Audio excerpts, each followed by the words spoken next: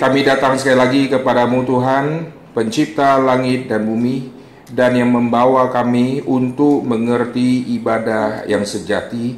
Tuhan merubah konsep kami, dan Tuhan mengisi kami dengan kebenaran firman Tuhan, supaya kami beribadah kepada Tuhan secara tepat. Dan kami berdoa ya Tuhan, biar pada pagi hari ini sekali lagi Tuhan memberkati pemberitaan firman Tuhan, supaya firman Tuhan pada pagi hari ini sekali lagi menyegarkan jiwa kami, dan setiap kali kami mendengarkan firman Tuhan, iman kami ditumbuhkan, dan pengertian akan kebenaran firman Tuhan semakin bertambah-tambah dan berlimpah-limpah. Kami berdoa biar roh kebenaran sekali lagi memimpin kami untuk kami memahami firman Tuhan, dan Tuhan pakailah hamba-Mu, dan Tuhan celikkan pikiran kami. Dengar doa kami dalam nama Tuhan Yesus kami berdoa, amin. Kita akan melanjutkan eksposisi Zakaria, yaitu tema ibadah. Minggu lalu kita sudah membahas tentang ibadah, dan kita sudah melihat poin-poin penting dari zamannya Musa, zaman Elia, dan Yesus. Dan kita sudah membandingkan 3 tokoh di dalam kaitan ibadah, yaitu engkau harus beribadah di gunung ini. Gunung ini adalah Horeb, gunung ini adalah Sinai. Sekarang kita akan melanjutkan tema ibadah. Lukas pasal yang pertama, kita baca sekali lagi dari ayat 67, kita akan baca sampai ayat yang ke-75. Ayat ke-74, supaya kita terlepas dari tangan musuh dapat beribadah kepadanya tanpa takut. Ayat ini merupakan landasan tema ibadah yang sangat penting. Ibadah yaitu memindahkan kita yang dulu diperbudak, sekarang pindah kepada Tuhan yang baru. Kita tidak lepas dari perbudakan, tetapi beda tuan. Budaknya tetap sama. Di dalam perjanjian lama kita melihat bangsa Israel diperbudak di Mesir, status budak, lalu tuannya adalah Mesir atau Firaun. Lalu bebaskan mereka, keluarkan mereka dari Mesir, sekarang mereka tanda petik diperbudak oleh Tuhan. Mereka harus menghambakan dirinya kepada Tuhan, dan Tuhan sekarang menjadi tuannya. Jadi status budak tidak pernah dilepaskan dari status orang percaya. Cuma tuannya ini yang berbeda.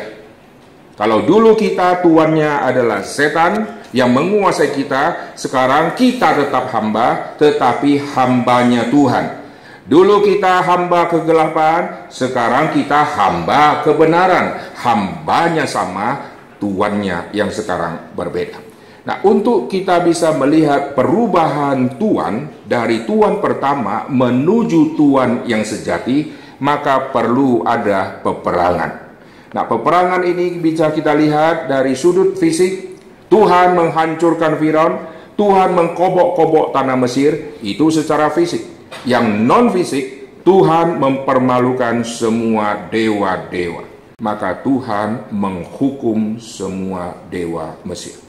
Alkitab catat itu, Tuhan menjatuhkan hukuman kepada dewa-dewa di Mesir. Untuk apa?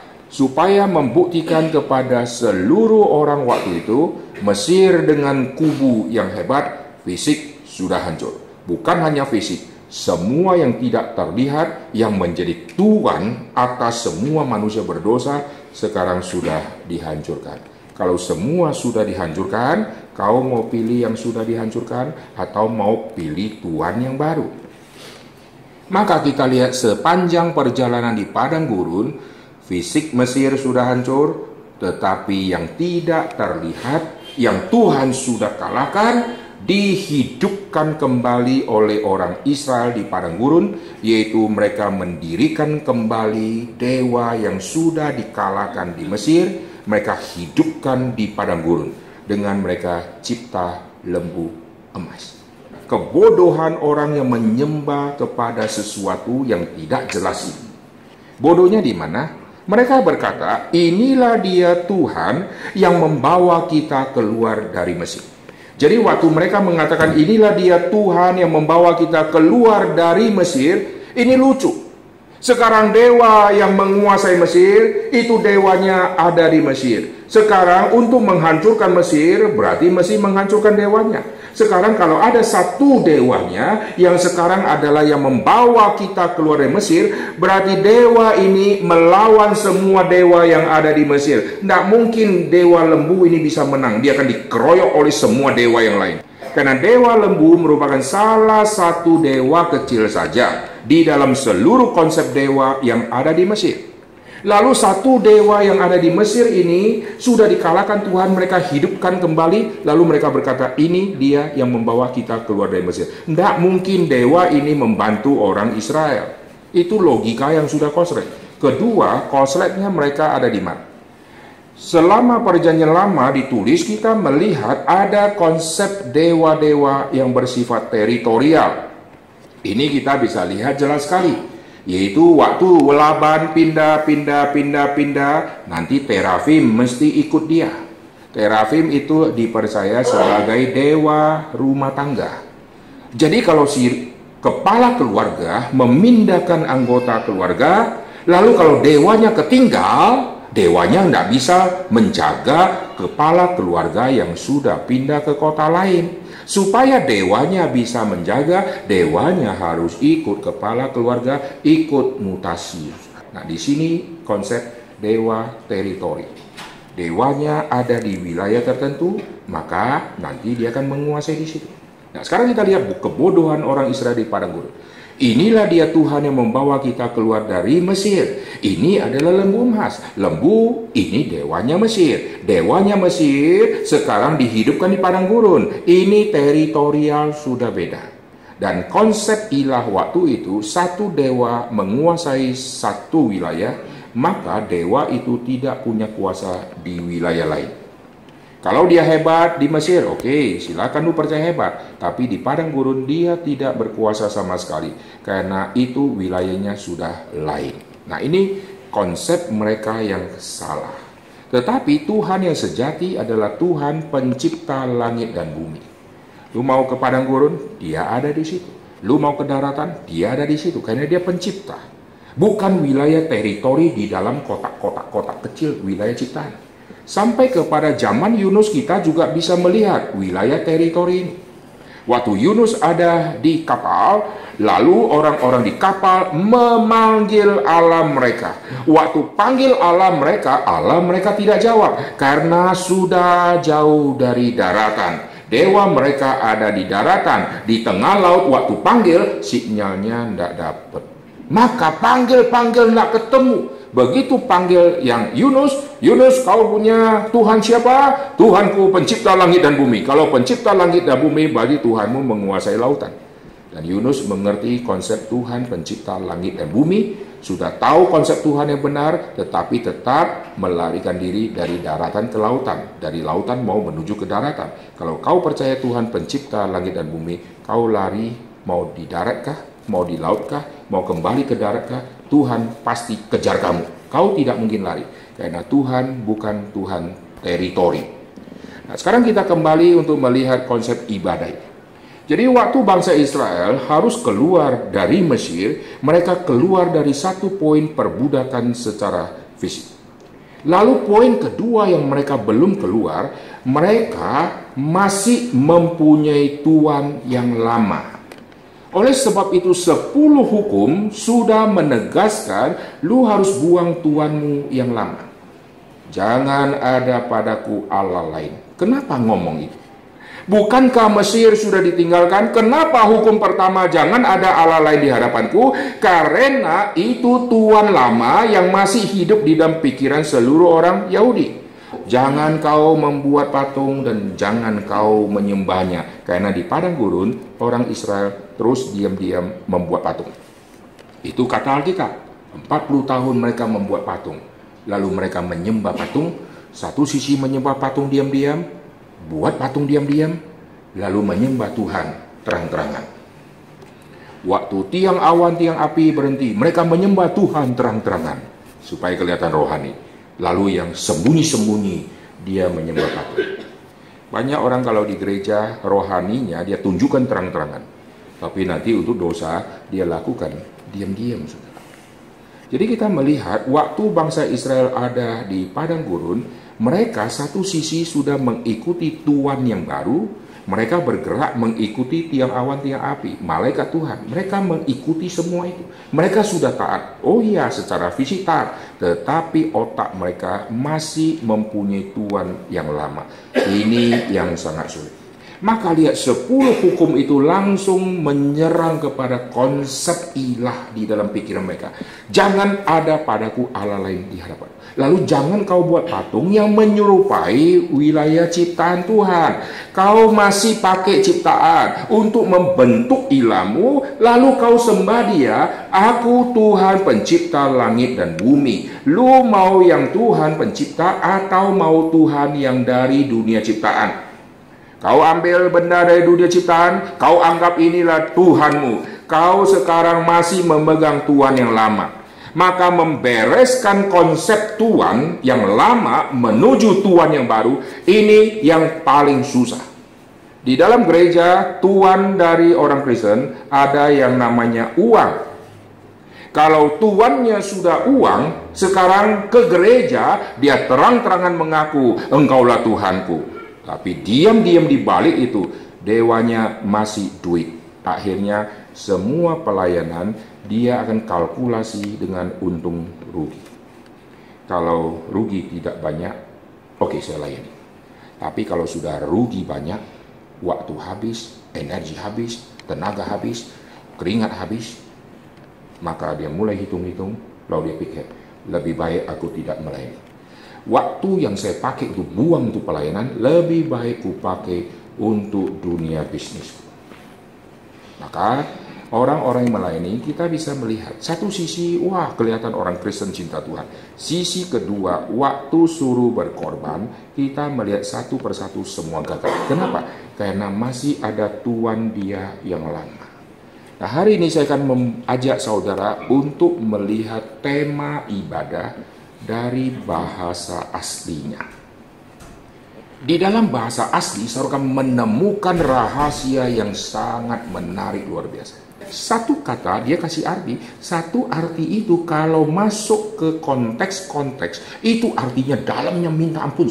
Ini bahasa Yunani. Kita akan melihat dari bahasa Ibrani. Karena nanti pemunculan penting ibadah ini muncul di dalam PL. Saya akan ajak saudara untuk melihat konsep PL tentang ibadah. Dan nanti tema ibadah Tuhan sudah sisipkan di dalam Taman Eden. Di manakah itu? Nanti kita akan melihat. Sekarang saya ajak saudara melihat kitab Keluaran dulu. Oke, kita lihat di pasal yang ketiga, ayat yang pertama, lalu ayat ke-12. Adapun Musa, ia biasa mengembalakan kambing domba Yitro mertuanya imam di Midian. Sekali ketika ia menggiring kambing domba itu ke seberang padang gurun, sampailah ia ke gunung Allah, yakni gunung Horeb. Lalu firman-Nya, bukankah aku akan menyertai engkau? Inilah tandanya bagimu bahwa aku yang mengutus engkau, apabila engkau telah membawa bangsa itu keluar dari Mesir, maka kamu akan beribadah kepada Allah di gunung ini. Di sini kita lihat tema ibadah keluar. Kata ibadah ini keluar di dalam bahasa Ibrani, ini adalah kata abad. Abad ini artinya beribadah. Ibadah artinya kita kaki yang tegak sekarang mesti ditekukkan. Saudara kalau naik onta di Gunung Sinai, unta saudara bisa naik ke atas, harus tunggu unta mau berlutut atau membungkukkan diri. Selama unta tidak mau membungkukkan diri, saudara tidak akan bisa menduduki dia. Karena saudara mau manjat dia setengah mati. Dia harus rela. Ada beban yang akan naik ke punggung dia. Dan kalau dia tidak rela, dia tidak mau tunduk, saudara. Waktu dia tidak mau tunduk, nanti yang menjaga akan bawa cambuk, lalu cambuk kakinya. cambuk kakinya, supaya dia sadar, ini perintah dari Tuhan. Perintah dari Tuhan, kakimu lutut. Lalu dia nggak mau, saudara. Dia bandel, dia tarik. Nanti si Tuhan pukul lagi kakinya, pukul lagi pantatnya, sampai akhirnya dia mulai sadar, kau harus tunduk, ini perintah. Lalu dia mulai berlutut. Waktu dia berlutut, waktu setengah mati. Karena unta kalau berlutut, dia kaki depannya waktu berlutut, itu kayak mau jatuh, saudara. Unta itu kan berat kan, waktu dia sudah berlutut satu, lalu kaki kedua, lalu kakinya ditekuk begini, dia jadi pendek loh. Waktu dia jadi pendek, baru kita bisa manjat duduk di atasnya. Setelah kita duduk di atasnya, sekarang dia akan menegakkan kakinya. Waktu berlutut sulit, karena beban tubuhnya, dia akan tahan dengan lututnya. Waktu kita sudah naik ke atas, kalau kita 100 kilo, waktu dia tegakkan kakinya, lebih berat yang mana? Waktu lutut dia berat, waktu naik berat mana? Saudara, kalau kaki susah lutut, begitu mau lutut, berat luar biasa. Sekali sudah lutut, tidak mau bangun. Karena begitu bangun, itu sudah setengah mati untuk tegakkan kakinya. Apalagi ada anak saudara yang duduk di punggung saudara, di pundak saudara. Saudara mau naik setengah mati. Dan dia akan naik dengan bersusah payah. Dan dia pakai lutut kanan, misalnya kalau dia pakai kanan dulu, dia tahan. Lalu kaki kiri sudah naik, lalu dia tahan pakai kaki kiri, lalu lutut kanan sudah dia angkat. Lalu sekarang dia berdiri. Waktu dia berdiri, kita di atasnya kayak mau jatuh ke belakang. Saudara kalau lihat unta, dia kalau mau orang duduki, dia harus lutut dulu. Kalau dia tidak lutut, tidak bisa. Saudara kalau mau Tuhan pakai, saudara mau lutut dulu atau tidak mau lutut dulu? Tuhan menunggu kita lutut dulu. Apakah Tuhan pendek? Tidak, saudara. Tuhan menunggu kita sampai merendahkan diri, berlutut, saudara. Waktu sudah berlutut, saat itulah Tuhan mau pakai kita. Saudara kalau doa berdiri sama doa berlutut, bedanya di mana? Sama ya, isi doa juga sama ya. Saudara kalau berdiri biasa ya, tapi kalau berlutut, wah mulai orang alasan. Saya punya lutut ya, itu gel di dalamnya, disknya itu ya, sudah mulai kering. Dan kalau saya sudah lutut, saya nggak bisa berdiri gitu ya. Tapi di rumah dia berlutut, ngepel juga dia, kok bisa ya? Waktu seseorang berlutut, memang kaki sakit, tetapi itu merendahkan diri, saudara. Maka kata ibadah dikaitkan dengan berlutut, sekaligus dikaitkan dengan apa? Dikaitkan dengan seseorang yang memberi penghormatan kepada orang terhormat yang ada di depan kita. Saudara kalau melihat ada orang penting di depan kita, saudara berdiri tegak atau membungkukkan diri sedikit. Nah, waktu kita melihat orang penting, kita langsung tunduk. Sekarang waktu kita bertemu dengan Tuhan, mau melayani Tuhan, tunduknya mestinya lebih double. Tetapi heran, kita tunduk kepada orang fisik yang terlihat, orang penting, kita tunduknya lebih sopan. Kepada Tuhan kita kurang sopan. Akhirnya kita lihat, pembicaraan kita kepada orang terhormat, bahasa kita rapi dan sopan. Tapi kalau sudah bicara kepada Tuhan, kurang ajar, saudara. Tuhan, hari ini, jikalau engkau tidak menjawab doaku, cerio, bye-bye. Minggu depan, aku tidak ke gereja lagi. Aku cabut keanggotaan gereja. Lalu dia kabur, saudara. Nah, waktu dia bicara kepada orang terhormat, bahasanya begitu sopan. Begitu sudah sampai bicara kepada Tuhan, saudara lihat orang di pengadilan, orang jahat pun tahu bicara sopan. Waktu dia mau divonis, kalimat dia kalau dia bicara kepada hakim selalu bilang, yang mulia, saya boleh bicara? Yang mulia, selalu pakai kalimat itu. Kenapa? Untuk menyatakan, lihat lu sedang bicara kepada seseorang yang pegang palu. Sekali ketok palu 3 tahun, lu 3 tahun lu. Sekali ketok palu 15 tahun lu, 15 tahun lu.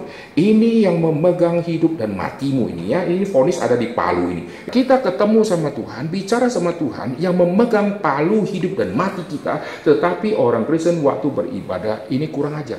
Nah, dia tidak mengerti bahasa asli. Bahasa asli itu artinya kita sekarang sedang memberi penghormatan yang sangat hormat kepada orang terhormat, sekaligus memberi penghormatan yang sangat terhormat kepada Tuhan. Dan heran lagi, bahasa asli ibadah ini juga artinya bekerja. Saya pikir-pikir, ibadah kok bekerja. Wah, saya waktu menyelami bagian ini, saya menemukan rahasia. Barang siapa yang melayani dan belum sampai capek, dia belum melayani. Barang siapa melayani, belum sampai ada unsur bekerja di dalamnya, dia belum melayani. Melayani sama bekerja, ini beda. Contoh, sekarang saya melayani, supaya apa? Ya, saya ditugaskan untuk memantau gereja. Melayani ya, tapi dia belum bekerja. Karena dia hanya pakai mata melihat-lihat. Yang namanya bekerja, tangan terlibat, kaki terlibat, energi dikeluarkan, keringat dicucurkan, lalu fokus difokuskan. Bukan hanya hadir, lalu melayani, lalu setelah itu hilang. Ada unsur bekerja. Sekarang banyak orang melayani, begitu ada unsur bekerjanya, langsung melarikan diri. Tetapi kalau tidak ada unsur bekerjanya, semua muncul, susah. Saya kasih contoh begini. Jikalau kita mau buat satu acara, lalu pelayanan ini membutuhkan banyak pekerja-pekerja Tuhan, nanti orang mulai milih-milih. Yang mana yang agak nganggur sedikit, yang mana yang tidak keluar keringat banyak, yang itu saja, ya itu saja. Yang paling keluar keringat banyak, rata-rata orang tidak mau. Kenapa? Karena dia punya konsep, aku melayani.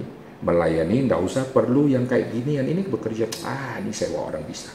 Alkitab mengatakan beribadah ini juga bekerja. Jadi di dalam bekerja itu ibadah. Di dalam bekerja itu membongkokkan diri. Membongkokkan diri bagaimana bisa bekerja, saudara? Saudara kalau sedang berlutut, mau kerja apa, saudara? Kerja harus berdiri, betul nggak? Waktu saudara membungkukkan diri, lalu saudara bekerja. Saudara sambil bekerja sampai sadar saya tidak ada apa-apanya.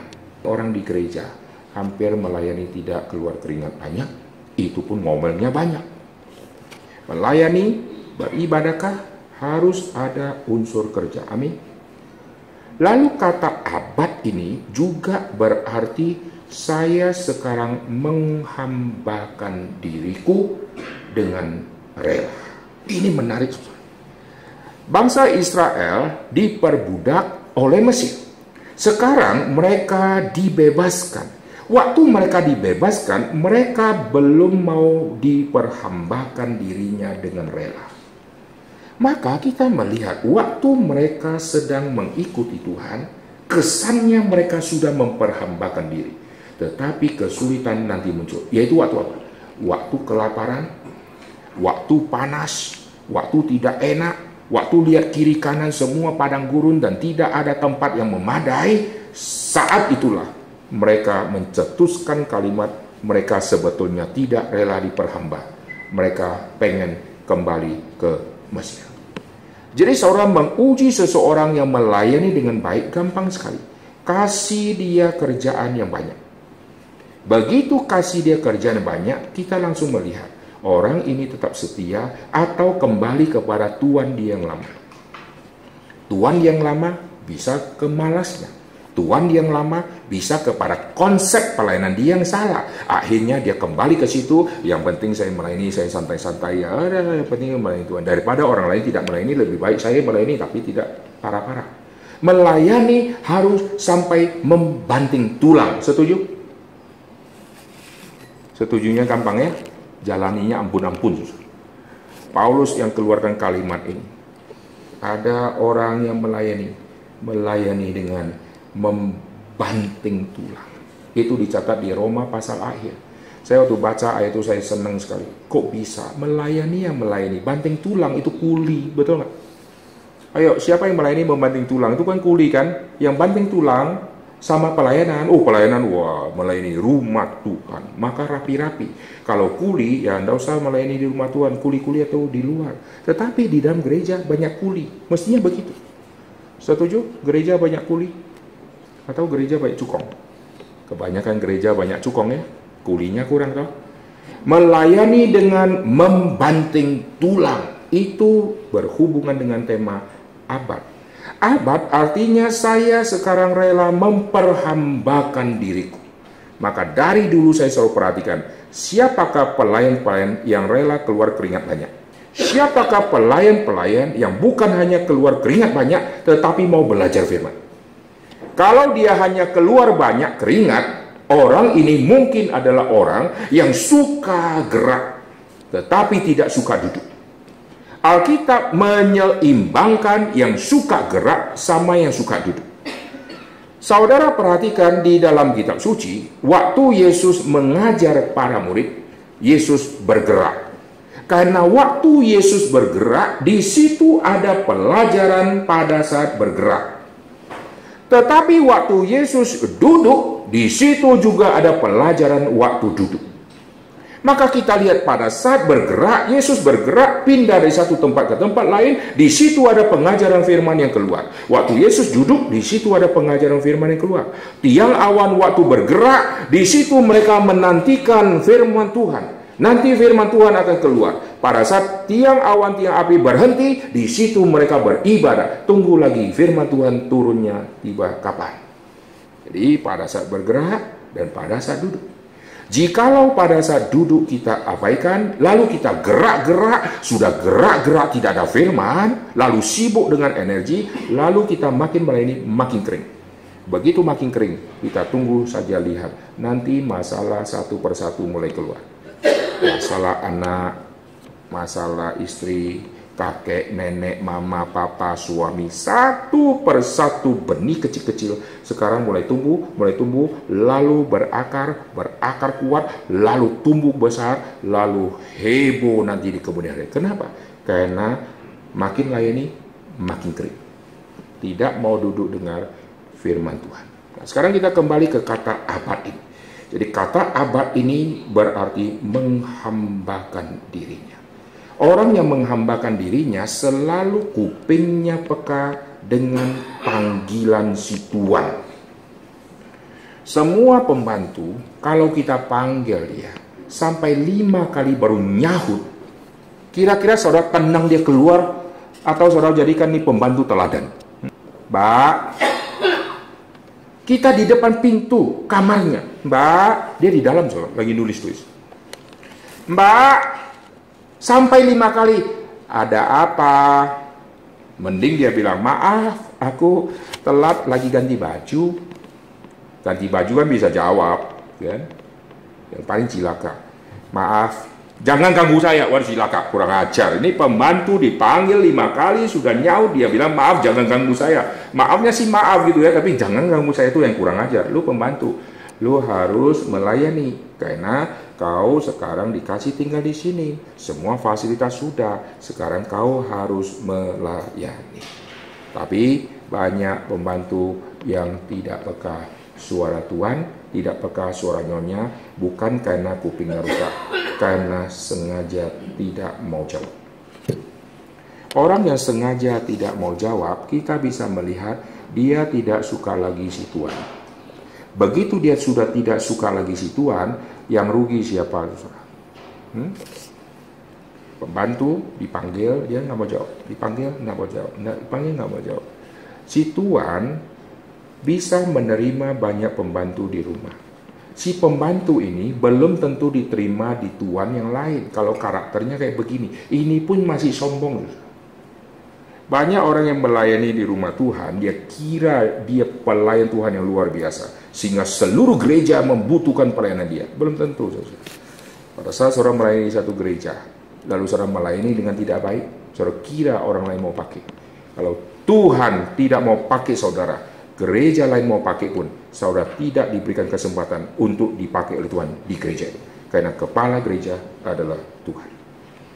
Kalaupun saudara yang sekarang pelayanan tidak baik, hanya dipakai di gereja lain, Tuhan biarkan. Karena gereja itu mungkin Tuhan tidak sertai. Tuhan tidak ada di situ. Lu layani siapa? Lu layani Tuhan yang lain. Tapi gereja yang sungguh-sungguh di mana Tuhan ada, Tuhan yang menyaring semua pekerja. Amin. Saudara yang memilih pembantu atau pembantu yang milih saudara. Saudara telepon pembantu. Halo Mbak, saya sudah lihat lamaran dari Mbak, foto-foto sudah lengkap. Lalu Mbaknya bilang, Nyonya maaf ya, saya juga perlu biodata dari Nyonya supaya saya yakin Nyonya itu orang baik. Kirim foto Nyonya, kirim latar belakang, sekolah di mana, lalu sudah berapa tahun nikah, anak berapa. Kasih tahu saya. Pembantu kayak begini, saudara. Nyala engkau, pluk, langsung tutup, betul nggak? Pembantu yang harus serahkan data-data, kau harus kirim KTP-mu, iya. Kirim kakak, iya. Kirim foto keluargamu, iya. Semua iya. Sekarang pembantu yang bilang, Nyonya, kirim foto keluarga, kirim ukuran rumah yang saya mau kerja. Kalau terlalu besar saya nggak mau, kalau kecil saya mau. Begitu sudah menghambakan diri, kau akan melakukan apa saja. Seorang hamba yang menghambakan dirinya tidak pernah minta, Tuhan, job deskku apa. Tidak ada. Hidup dan mati ada di tangan Tuhan. Nah, sekarang resiko besar kalau tuannya salah. Maka waktu kita melayani, kita sudah tahu Tuhan kita itu siapa. Tuhan kita adalah yang mati untuk kita. Masa kita tidak percaya Dia? Kalau Tuhan kita adalah Tuhan yang waktu kita susah, Dia lari, Dia gembala upahan. Tetapi Tuhan kita adalah gembala yang mati untuk domba-domba. Sekarang kita masih curiga Dia, keterlaluan, saudara. Maka waktu kita sudah berkata, aku mau melayani Tuhan, buang semua kecurigaan, sekarang layani Tuhan. Amin. Lalu kedua, layani Tuhan di wadah mana? Di wadah gereja. Kalau saudara percaya gereja A adalah gereja yang sejati, gereja yang sudah jalankan mandat Tuhan, serahkan hidup saudara itu dipakai diam gereja itu. Tapi kalau saudara merasa ada gereja B, sekarang pindah ke gereja B, layani di gereja B. Itu fair. Waktu saya rasa gereja C inilah tempat gereja yang benar, sekarang saya akan menghambakan diriku kepada Tuhan melalui wadah gereja C. Silakan bertumbuh di gereja C. Tapi kalau saudara sudah memilih gereja C sebagai wadah untuk melayani dan ini benar, sudah ada di gereja C, masih tidak melayani, saudara adalah penyusup di dalam gereja yang harusnya ditendang keluar. Semua anggota gereja, kalau sudah mau jadi anggota, dia berarti sudah memutuskan, disinilah saya mau bertumbuh, disinilah saya mau melayani, saya akan ngabdi selama-lamanya. Tapi ternyata banyak orang sudah anggota, tetap tidak melayani. Kita ngomong khotbah sampai berbusa-busa pun, nanti minggu depan, setahun kemudian, tetap sama yang tidak melayani, tetap tidak melayani. Kenapa? Karena manusia pada dasarnya itu bebal. Sekarang kita kembali melihat kata ibadah ini. Yang menarik lagi, kata abad ini tadi muncul di Keluaran pasal yang ketiga. Lalu kita mundur lagi, tidak keluar kata ibadah. Tidak keluar kata ibadah. Ibadah ini munculnya di mana? Ternyata muncul di Taman Eden, saudara. Di dalam Kejadian pasal yang kedua, tema abad ini muncul di situ. Ayat yang kelima. Perhatikan kata ibadah muncul di situ. Belum ada semak apapun di bumi, belum timbul tumbuh-tumbuhan apapun di padang, sebab Tuhan Allah belum menurunkan hujan ke bumi, dan belum ada orang yang mengusahakan tanah itu. Mengusahakan, inilah apa? Waktu Adam dan Hawa nanti ditempatkan di Taman Eden untuk bekerja mengusahakan taman, mereka sambil mengusahakan taman, itu ladang pelayanan mereka. Waktu itu tidak ada gereja, saudara.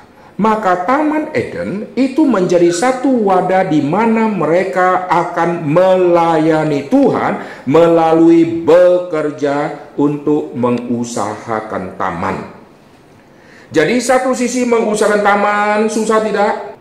Taman begitu luas, manusia cuma 2. Lalu kerja setengah mati, dipuji orang, tidak ada manusia lain kecuali suami dan istri.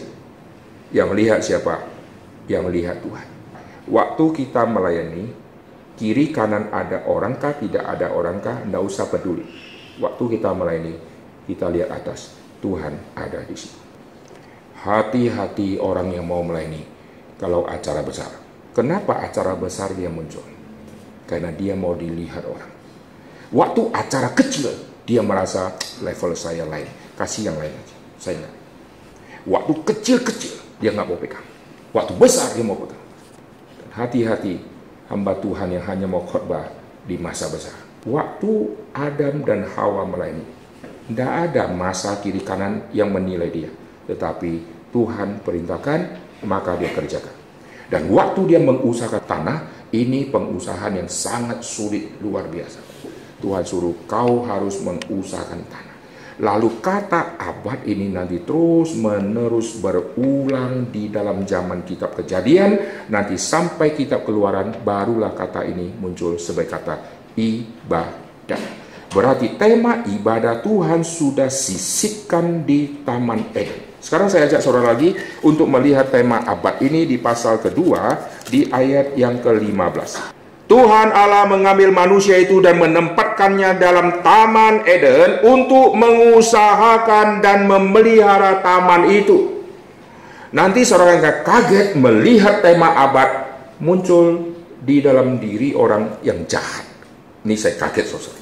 Ayat ke-15, untuk mengusahakan dan memelihara taman itu. Ini pakai tema abad, mengusahakan. Jadi ada unsur setelah kita layani, kita pelihara baik-baik, kita pantau baik-baik.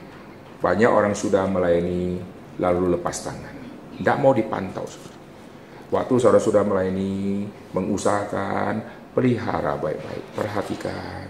Lalu yang kurang besok tambahin lagi, yang kurang besok tambahin lagi. Akhirnya menjadi bagusnya luar biasa. Barang siapa mau melayani tanpa sampai membanting tulang dan setengah mati, saudara belum disebut pelayan Tuhan. Maka standar pelayan Tuhan itu sebetulnya sangat besar. Nanti tema abad sekarang muncul ditujukan ke Kain. Lihat Kejadian pasal yang keempat, ayat yang kedua. Selanjutnya dilahirkannyalah Habel, adik Kain, dan Habel menjadi gembala kambing domba. Kain menjadi petani. Kain menjadi pengusaha, menjadi seorang yang kelola, tetapi tidak ada ibadah. Semua sia-sia. Tuhan tolak Kain.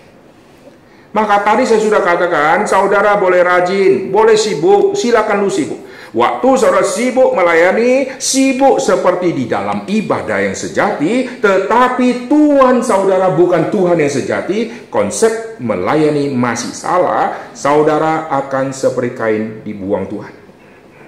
Kain mengusahakan tanah tidak? Mengusahakan tidak? Kain abad ya, Kain beribadah ya, luar biasa kan? Sampai keluar hasil bumi, berarti dia setia. Kalau sudah tanam, dia cuekin, tidak tumbuh buah. Kalau sudah tanam, dia injak-injak lagi, mati dia. Lalu sekarang tumbuhan sudah dia tanam, dia pelihara, dia sirami, sampai akhirnya keluar buah, keluar hasil. Wah, seturut dengan yang Tuhan mau, kelolalah Taman Eden. Amin, saya sudah kelola. Waktu sudah kelola, hasil buminya dia bawa. Sudah bawa, dia kasih ke Tuhan. Lihat ya. Dia sudah beribadah, dia sudah abad, yaitu mengusahakan tanah. Sekarang dia mau abad lagi, serahkan hasil bumi. Waktu dia serahkan hasil bumi, di situ Tuhan tolak semua ibadah dia. Jadi Tuhan tolak Kain punya persembahan, dan Tuhan tolak Kain itu sendiri. Berarti selama Kain mengusahakan tanah, dia di luar yang Tuhan mau. Nah, ini yang saya sangat kasihan, jikalau banyak orang melayani berpuluh-puluh tahun, sebetulnya dia adalah pelayan seperti Kain yang ditolak Tuhan. Kasihan. Habel seolah-olah tidak ada unsur abad di situ. Tetapi dia memelihara binatang, dia merawat binatang. Kain menjaga yang ada di bawah, yaitu tumbuh-tumbuhan, tanah, dia jaga di situ. Sekarang Habel juga menjaga, tapi yang hasil dari tanah, karena binatang dicipta dari tanah.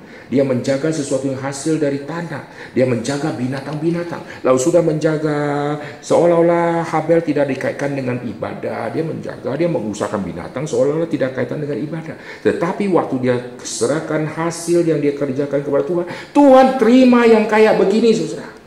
Justru yang tampaknya kayak sudah ibadah, justru itu yang ditolak oleh Tuhan. Ini yang sangat mengerikan. Jangan-jangan semua pelayan-pelayan teriak aktif itu adalah Kain-Kain, saudara. Lalu pelayan-pelayan yang sederhana, yang seperti Habel, diam-diam seolah-olah, oh ini di luar, ini di luar. Lalu yang kayak begini justru yang diterima oleh Tuhan. Kalau ini terjadi di gereja, ini kasihan luar biasa. Semua pelayan-pelayan yang giat itu seperti Kain yang giat, terlihat langsung mengelola tanah. Dari tunas langsung bisa berbuah, terlihat. Yang satu embek-embek, lalu jaga binatang. Terlihat juga binatang makin besar, lalu kawin, lalu punya anak. Lalu satu kambing lahir anak satu. Sekarang yang Kain tumbuh, lalu berbuah. Satu pohon buahnya. Kelihatan yang ini yang lebih berbuah, lebat. Waktu kasih persembahan, Tuhan tolak semua. Yang Habel, Tuhan terima. Bukan berarti saudara mulai melayani tidak terlihat sebagai pelayan. Tidak bisa, saudara. Semua pelayan harus terlihat. Dan waktu pelayan itu terlihat, Habel melayani, Habel mengusahakan binatang, Habel juga pasti terlihat. Nggak mungkin tidak terlihat. Semua terlihat. Sekarang, waktu terlihat, kunci utama, saudara punya Tuhan itu siapa? Tuhan dirikah? Atau Tuhan yang adalah ayah? Kain tuannya adalah diri. Maka waktu kasih persembahan, dia kasih tidak semua. Karena dirinya yang berperanan penting. Habel kasih ke Tuhan, dia kasih semua yang terbaik. Karena tuannya adalah Tuhan. Itu kuncinya.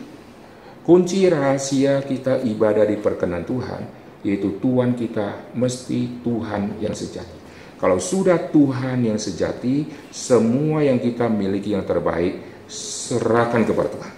Barang siapa masih menyimpan sesuatu untuk diri, dia adalah pelayan Kain.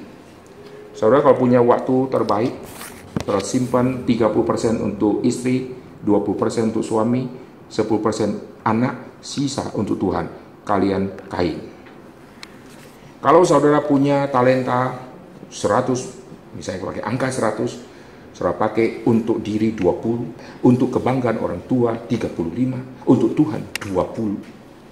Saudara Kain. Saudara kalau punya 100, serahkan semua untuk Tuhan pakai. Amin. Jawab aminnya gampang ya. Tetapi faktanya, orang sudah dengar, tetap tidak dikerjakan. Ini susah. Maka saya dari dulu diam-diam mencari dan menemukan siapakah orang yang sesuai dengan yang Alkitab katakan. Setelah khotbahkan, apa yang mengganjal diri orang? Yang mengganjal diri orang adalah masih ada ego di dalam. Tidak mengerti tema hamba yang sejati. Hamba yang sejati berarti serahkan semua untuk si Tuhan. Kain menjadi seorang petani, dia abad, saudara. Tetapi kenapa dia sudah dikaitkan dengan abad yang adalah istilah ibadah? Kenapa ibadahnya ditolak? Berarti seumur hidup Kain tidak mengerti ibadah, hanya sibuk-sibuk melayani, tapi semua yang dikerjakan semua sia-sia. Nah ini hal yang sangat tragis, saudara. Oke, sekarang saya ajak saudara untuk melihat tema abad ini lagi, yaitu ini terjadi di dalam kasus Yakub. Kejadian pasal 29 di ayat ke-20. Jadi bekerjalah Yakub 7 tahun lamanya untuk mendapatkan Rahel. Tetapi 7 tahun itu dianggap seperti beberapa hari saja karena cintanya kepada Rahel. Ini rahasia ibadah. Ibadah ada di mana? Apakah cinta ini ibadah? Apakah Rahel ibadah? Yakub ibadah? Di mana kata ibadah? Di mana kata abad? Abad ini muncul di jadi bekerjalah. Itu kata abad. Saudara perhatikan, waktu Yakub sudah kena kerjain sama mertua, dia tetap melayani di sini. Orang di gereja kalau sudah kelas satu dengan lain, langsung kabur. Adu kekuatan. Adu cari masa, adu cari partai. Setelah itu yang kuat dia menang, yang lemah pindah, lalu cari gereja lain. Lalu ada lagi yang tidak mau pelayanan lagi. Kenapa? Karena konsep dia pelayanan dari dulu sudah salah. Saudara perhatikan, waktu Yakub dikaitkan dengan abad, dia nanti ditipu, dan Alkitab catat Laban 10 kali menipu dia. Dan dia tidak kabur dari rumah. Tetap dia kerja sama Dan lihat di sini rahasia pelayanan. 7 tahun dia lewati hanya beberapa hari saja. 7 tahun bisa jadi hari, tahun bisa jadi hari. Ini namanya mujizat yang tidak masuk akal. Hari jadi tahun, ini sering kita alami. Setiap hari lewat kayaknya lama. Penderitaanku tuh lama Tuhan, 1 hari kayak sudah setahun, kok nggak selesai-selesai. Tapi 7 tahun jadi berapa hari, ini susahnya luar biasa. Rahasia cuma satu, yaitu cintanya kepada Rahel. Dengan cinta dia kepada Rahel membuat semua hari-hari yang susah di dalam ibadah, di dalam abad, di dalam bekerja menjadi ringan dan sukacita. Kenapa? Karena cinta. Sekarang saudara kalau melayani Tuhan, saudara kalau cinta Tuhan, setahun 2 tahun lewat hanya beberapa hari saja. Tapi kalau saudara melayani Tuhan, bukan Tuhan yang saudara layani, tetapi diri sendiri yang saudara layani, 1 hari kayak sudah 1000 tahun. Maka saudara akan membanggakan pelayanan yang 1 hari. Dulu saya sudah, seolah-olah dia sudah lakukan 1, sudah berarti 1000 tahun dia sudah layani. Dulu saya ini, dulu, sekarang belum. Yang dulu tutup. Ingat cerita Paulus, lupakan yang lama, yang dulu-dulu prestasi, hilangkan sekarang. Tuhan tanya, sekarang lu lakukan apa? Tuhan tidak tanya dulu. Dulu lu kerjakan, lu mungkin kain, lu bukan apa. Lalu sudah itu masih bangga. Lihat, waktu Yakub sudah bekerja setengah mati, dikerjain orang. Waktu sudah dikerjain, dia tidak berkata, emangnya perempuan cuma 1? Lu kira anakmu cantik? Yakub kalau cari wanita lain kira dapat nggak? Hah? Emangnya dunia cuma 1? Cuma Rahel yang cantik. Dia kalau pergi ke kota lain, cinlok di situ juga tuh.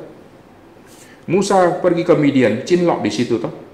Masa dunia cuma 1 wanita? Tetapi kenapa dia tetap abad di situ? Dan 7 tahun dia lewati. 7 tahun itu lamanya ampun-ampun. Apa yang membuat dia 7 tahun jadi ringan? Karena apa? Karena cintanya kepada Rahel. Kalau kita sudah percaya Tuhan yang hidup, kita serahkan kepada tangan Tuhan yang hidup, masakan kita masih takut kepada semua kesulitan di depan? Tuhan buka jalan, amin. Sekarang tugas kita layani Tuhan. Kalau Tuhan sudah mati untuk kita, tidak usah khawatir sama Tuhan, tidak usah curiga sama dia. Layani Tuhan dengan baik-baik. Mari kita berdoa. Bapa di dalam surga, kami berterima kasih untuk firman Tuhan yang sudah kami dengarkan. Kami berterima kasih untuk pertolongan Tuhan, dan kami berterima kasih untuk penyertaan Tuhan yang hidup. Jadikan kami anak-anak Tuhan yang sungguh-sungguh melayani Tuhan, yang sungguh-sungguh mengerti konsep ibadah, yang sungguh-sungguh mau dipakai oleh Tuhan. Terima kasih untuk bahasa asli, untuk kata abad, yang kami bisa dengarkan di dalam khotbah, yang Tuhan sudah tanamkan prinsip ini di dalam zaman Taman Eden, untuk manusia mulai memahami tujuan mereka dicipta oleh Tuhan untuk beribadah kepada Tuhan. Di dalam wujud bekerja, mengusahakan seluruh dunia ciptaan dan melayani satu dengan lain. Sehingga kami sekarang mengerti siapa kami di hadapan Tuhan, siapakah kami yang sudah Tuhan tebus dari tangan musuh, supaya kami bebas dan sekarang kami diperhamba oleh Tuhan yang baru, yaitu Kristus. Terima kasih Tuhan, beri kepada kami cinta yang besar kepada Kristus, sehingga kami akan lewati bertahun-tahun di dalam melayani hanya beberapa hari saja. Berarti ada sukacita di setiap tahun, sehingga hari berlalu dengan tidak terasa, karena ada sukacita, cinta yang besar kepada Kristus. Dengar doa kami dalam nama Tuhan Yesus kami berdoa. Amin.